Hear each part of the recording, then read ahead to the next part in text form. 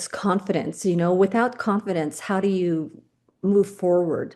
How do you get a job without that confidence if you're hiding behind something and you don't feel good about yourself? I always tell my patients, because when they say, Joyce, am I being vain? I said, no, are you feeling good?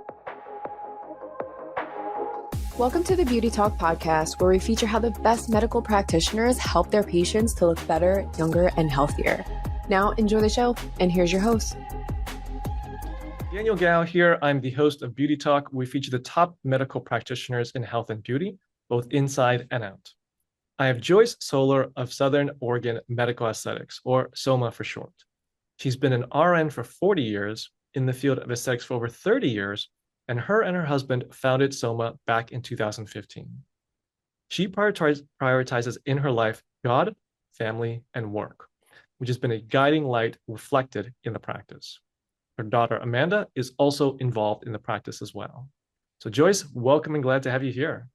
Thank you, Daniel. Good to be here. Yeah, so I'm just curious, Joyce, how did you first get interested in medicine? Well, I owe that to my mom. That was a forced, yeah. Um, you know, it's a funny thing because it's a known fact that in the Asian culture, our parents tell us what we're going to do. Yep. And so she pretty much told me about medicine. I think it was something that she wanted for herself. Mhm. So again, pushing that out to their kids, right? And so she pretty much directed me towards nursing. I had this crazy idea in my senior year in high school that I would just kind of take it easy. I was raised in San Diego. I thought, beach? Can I take some time off? That was not in her plan. So I owe it to her. She forced me into nursing, and I just kind of followed I'm going to say that it was God that directed me towards what I'm doing now.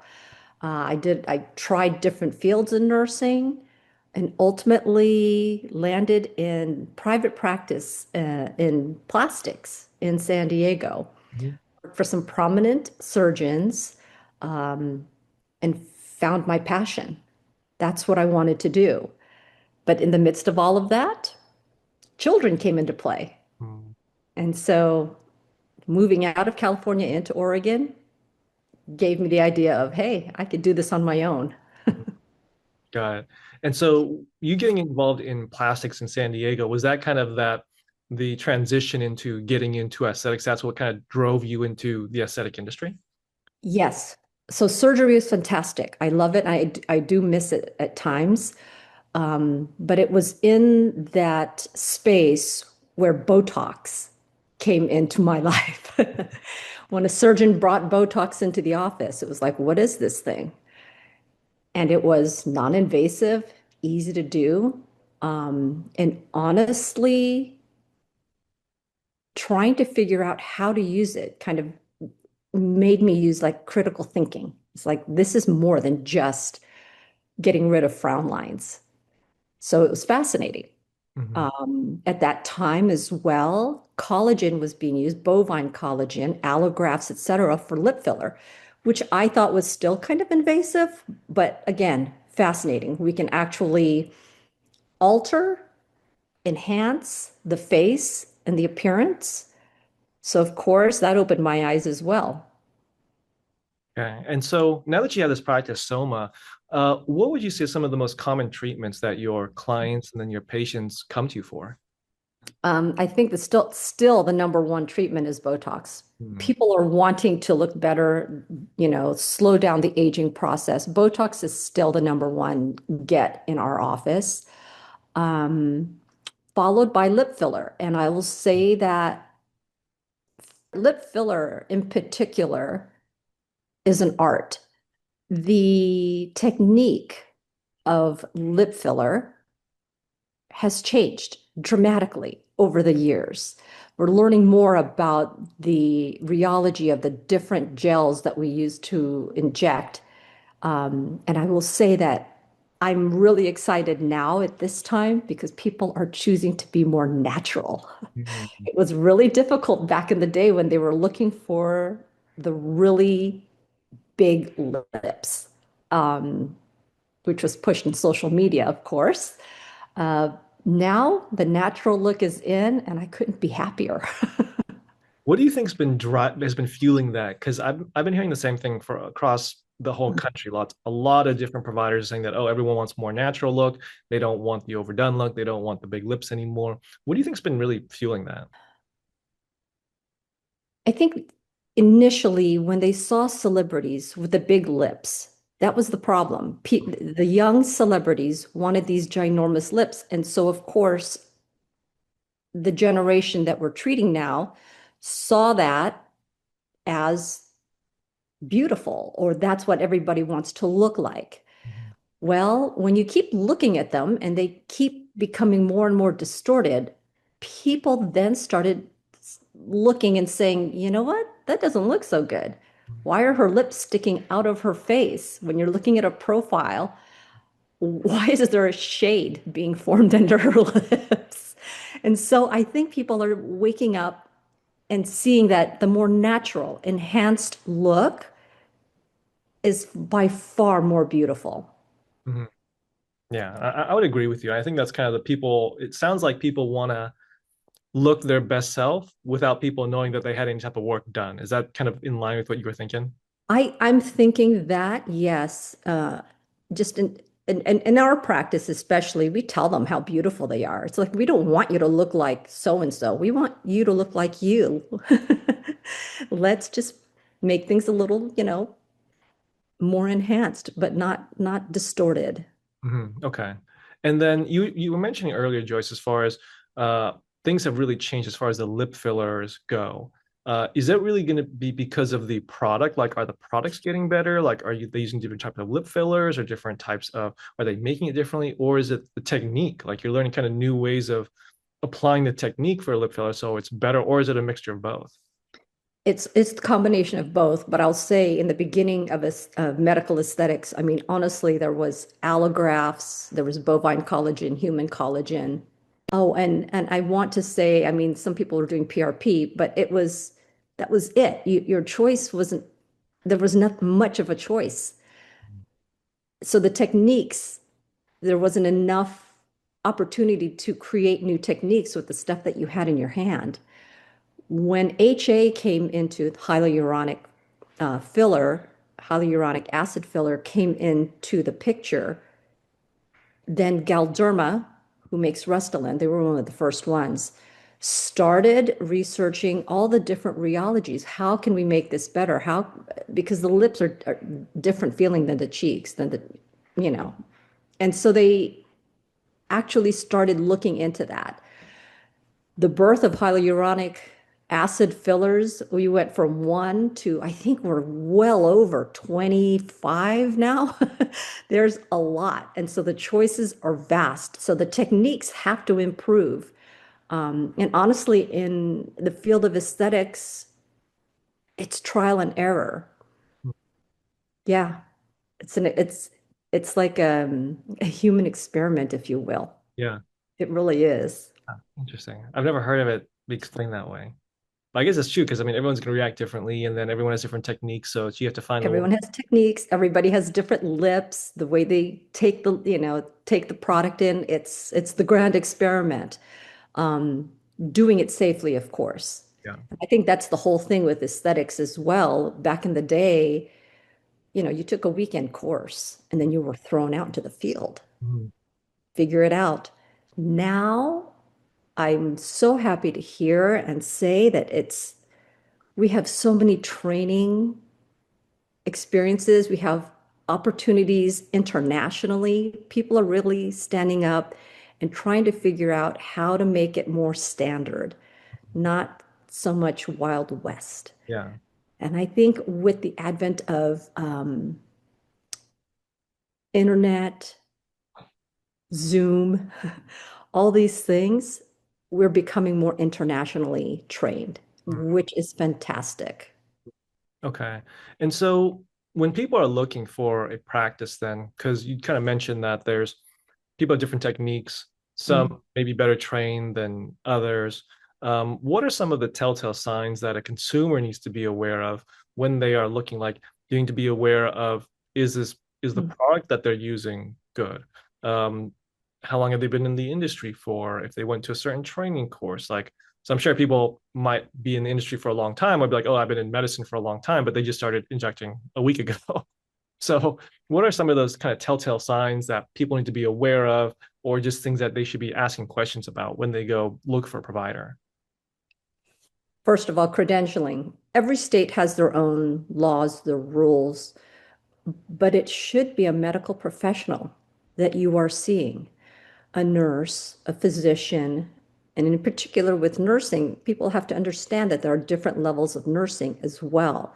You don't want, say, an LVN, an LPN. You want at least baseline registered nurse injecting you. The other telltale sign I would say is how many specials are they doing? Are they just there, $200, $300 lip filler? Run, turn around, run. A turnover in staff. High turnover, it's like, oh, there's a new nurse all the time that's being promoted at this place. Why is that? Why are there several model calls? Why do they need so many models? And they're charging their models to be injected. That's a big red flag. Ask them to see the bottle of Botox. Can you show me what you're injecting?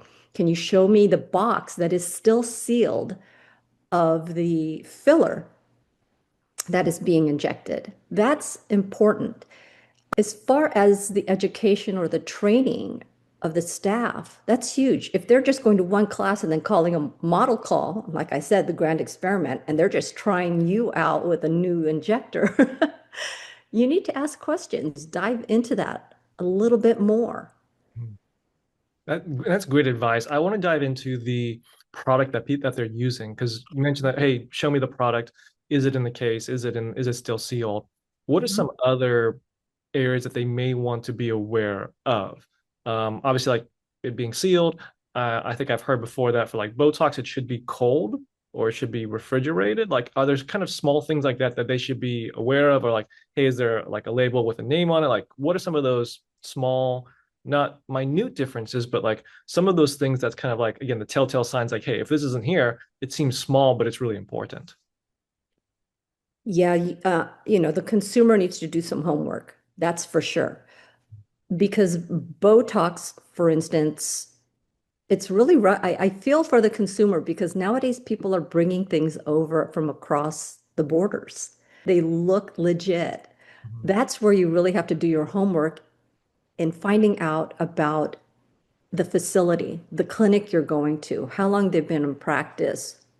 Google them, talk to them. I mean, it's sad that people are doing that because I would say that a lot of consumers wouldn't be able to tell Mhm.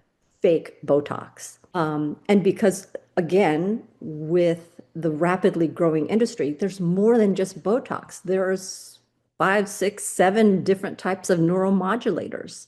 And not all of them, I will say, Daniel, are refrigerated. And that's okay. Xeomin is not refrigerated.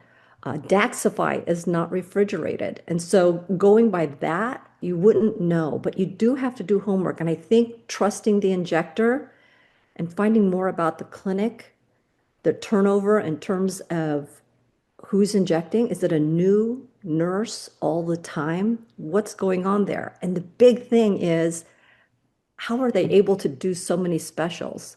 That's big because as a provider, these products are very expensive to us. And if they're saying, oh, $200 lip filler, question that. That's huge because the provider can't even get it for that much. Oh, okay. Yeah, so look at the national average, which is about 750, 8, depending on where you are in the country. You're going to expect to pay anywhere from 700 plus for lip filler. If you're getting it for 4 or 500, question that all the way through. I mean, bring your trusty phone in because that's the tool, right? Look at that thing, Google it, see if it's the right kind of product because people are using different products into the lips.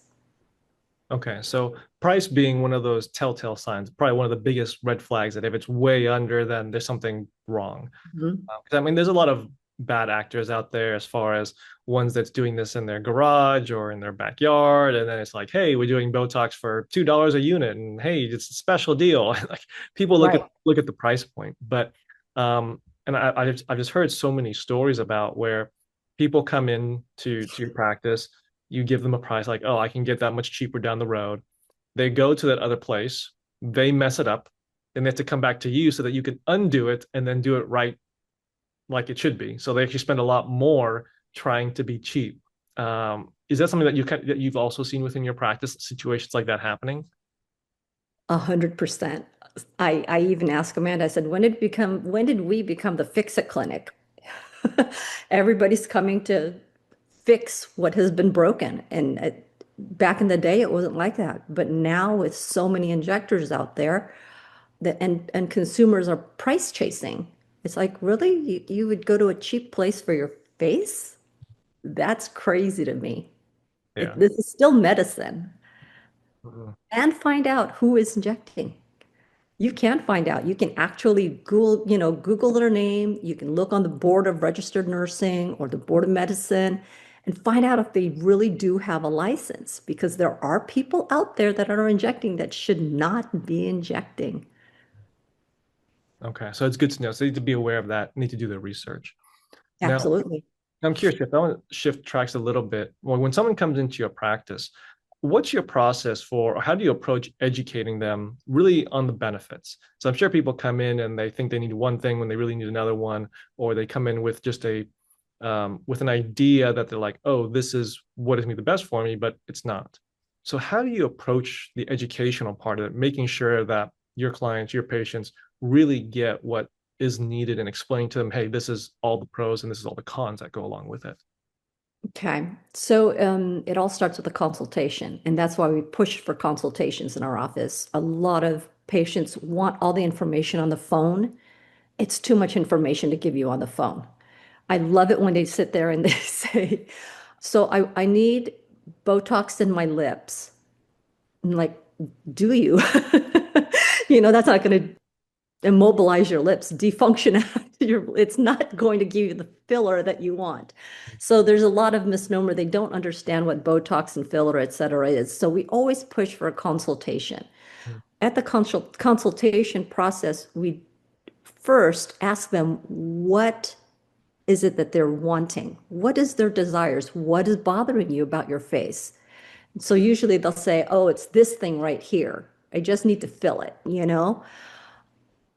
That way I know what is their eye looking at first thing. When you look in the mirror, what is that bugs you? What is your eyes drawn to? And then I start from there in the consultation. Okay, so what's happening is it's your skin. So I start from the surface. This is what your skin's doing. Why is your skin doing that? It's the muscle or whatever it is, whatever I'm looking at. And we educate them. What are the neuromodulators? What do they do? What is filler? What does it do? If we're looking at pigmentation and that's their primary bother, what caused it? What's the root cause of all the pigmentation? Deep wrinkles? What is it?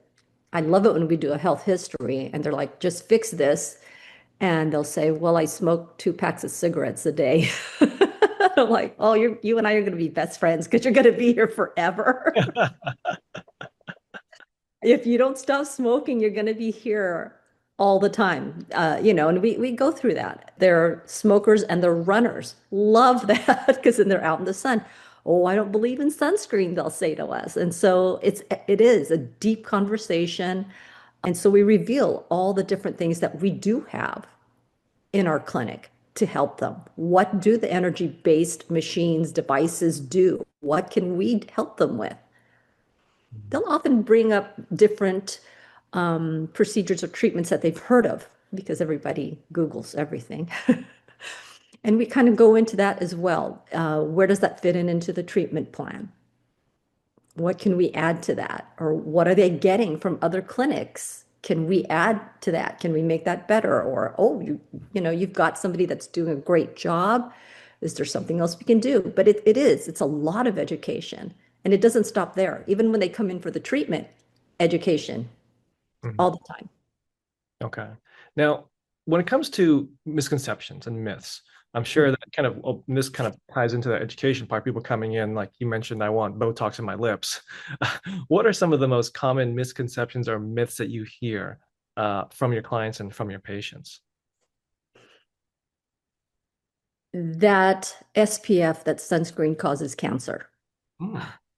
I've heard that one before. Yeah, there's a lot of that. Or they'll say, all I have to do, oh, I don't need SPF. I use coconut oil.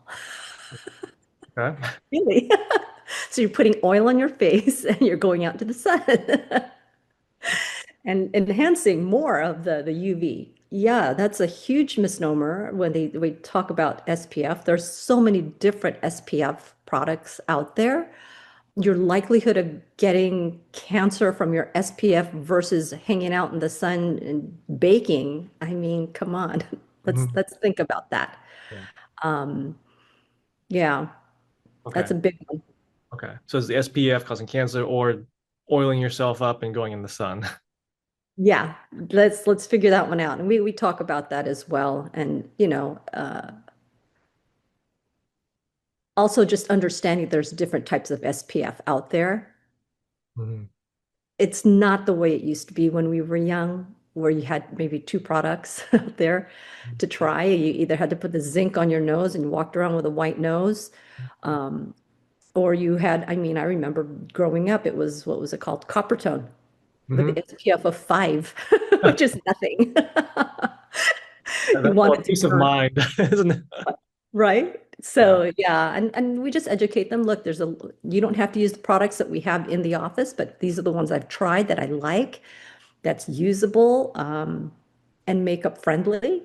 So we just educate them on that as well. But that's a huge myth. Hmm. SPF causes cancer. Yeah. Okay. Now, Joyce, you did mention kind of earlier on that there's an art to this. And so Mhm. I'd like to dive a little bit deeper into like why would you make that statement? Because I think when people think about medicine, art is the furthest word from their mind as far as explaining what medicine is. So could you dive a little bit deeper into why you believe that art is so important or having that artistic eye is so important in this industry? Well, all of our faces are different. We're all made different.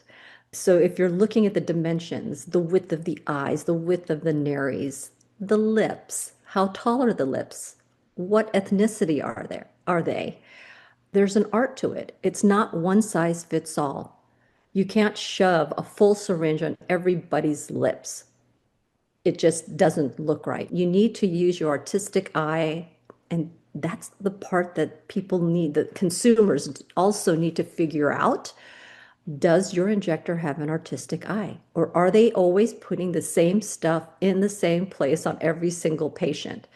It just doesn't work that way. We're not clones. And so figuring out their lips versus your lips versus, that's an art. We all have different angles to our face. We all animate differently. And so even in the consultation process, watching them talk, I do that. I sit there and I watch their lips. What are they doing? Are they pursing more? Do they have a little tick when they talk? Does one side of you just figure out all the little nuances of their face? And I think that creates a creative eye. How high are their cheekbones? Do we really want more cheeks on someone who has cheeks already? And when they smile, their eyes are closing off? That's not what we want. And so to me, artistry is enhancing what is already there. Not everybody needs the same volume in their cheeks at the same place all the time. That just doesn't make sense. There's just certain areas of the face that should be filled, other places that should not. We're not created equally. That's just all our faces are different. And even within the same race, let's say, Asians, there are so many denominations of Asians, right? We don't all have round faces. We don't all have, nares. that are wide or bridges that are this, there's just so many nuances. So figure that out instead of saying one, two, four, and just going with the same number every single time, I think is a mistake. We're not the same. So finding that artistry, it's not like regular medicine where they say, oh, you're going to have 250 milligrams of blah blah blah blah blah, and that's the norm of dosing that you're going to take to get rid of this infection. Medicine, aesthetics, it's different. It's very different. It's not the same dose for everyone every single time. Man, now you're making me feel self-conscious about how I'm moving my lips and how I'm I've doing been watching you, things. Daniel. I know I got to start like hiding my face now when I'm talking. I'll just cover this part up. Okay, so okay, got it, Joyce. That's very, very clear then. Now I'm curious now, you must have had some, I mean, you've been in business a long time, you had a really long career. You must have had some challenging cases coming through your door. Is there maybe one story that really stands out in your mind that you're able to share, just a really tough case, or one that really stands out, and how you were able to get them a great outcome in the end? Okay, so there's two ways I can think of this. The challenge I think of that probably every provider has is when you have a patient that walks through your door and they're overdone. They've been done and they're overdone and they don't quite see that and they want more. The challenge is saying no. Even though, I mean, we're in the business, we make our money by doing treatments, right? And obviously the patients that are walking through the door, especially one that I'm thinking of, I'm like, someone made some serious money on your face because that's a lot. And saying no, and they don't want to hear that. That's the biggest challenge. Can I help? Let's dissolve what's there. Let's start over. They don't want to hear that. And just to hold your hand back and just say, no, I'm not going to. That's a huge challenge for a lot of providers. And I think that a lot of providers can't say no, clearly, because we keep seeing them walking through the door with ginormous lips, ginormous cheeks. Just, I'm like, you got to say no. It's tough. Other challenges, I will say, there is a patient that I'm still currently working with that came in with a diagnosis of rhinophyma. And rhinophyma is where the skin is so thick, especially around the nose. It's rhino, it's the nose.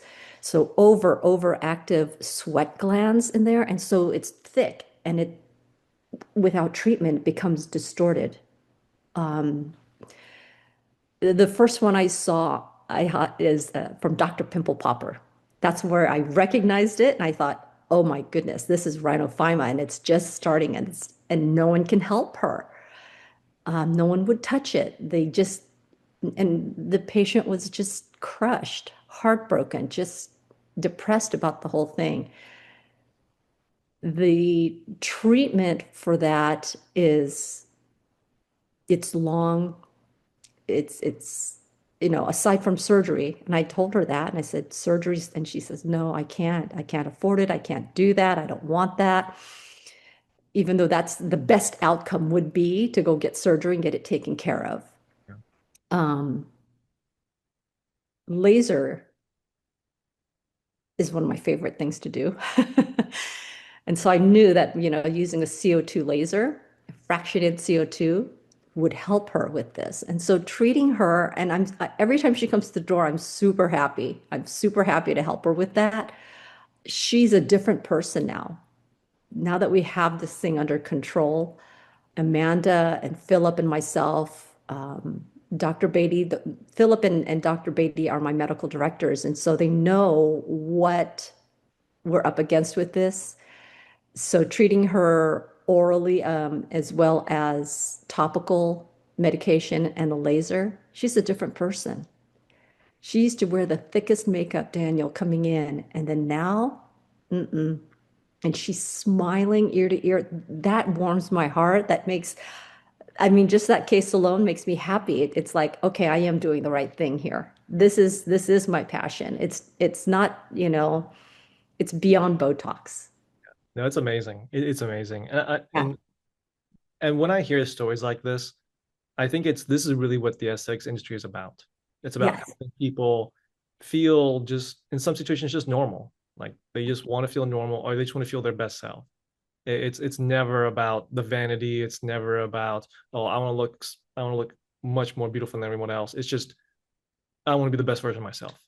Or they had some type of I don't like calling it deficiency, but they had something that was kind of pulling them back, and you're just helping them to remove that obstacle and make them feel who they really are or how they It's confidence, Daniel. It's confidence. Without confidence, how do you move forward?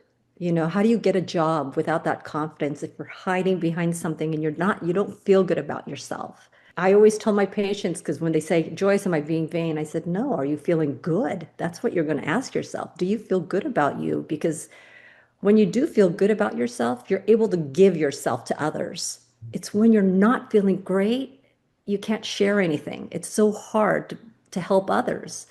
So confidence, I think, is where I see aesthetics. It's like that's what we're trying to do. We're trying to fill their confidence cup. Okay, awesome. That's a great way of putting it. Now, we did talk about this a little bit earlier, Joyce, but I'm curious, where do you think the future of aesthetics is going? Kind of talk a little bit about the natural look, but I mean, kind of longer term, where do you think the future is going?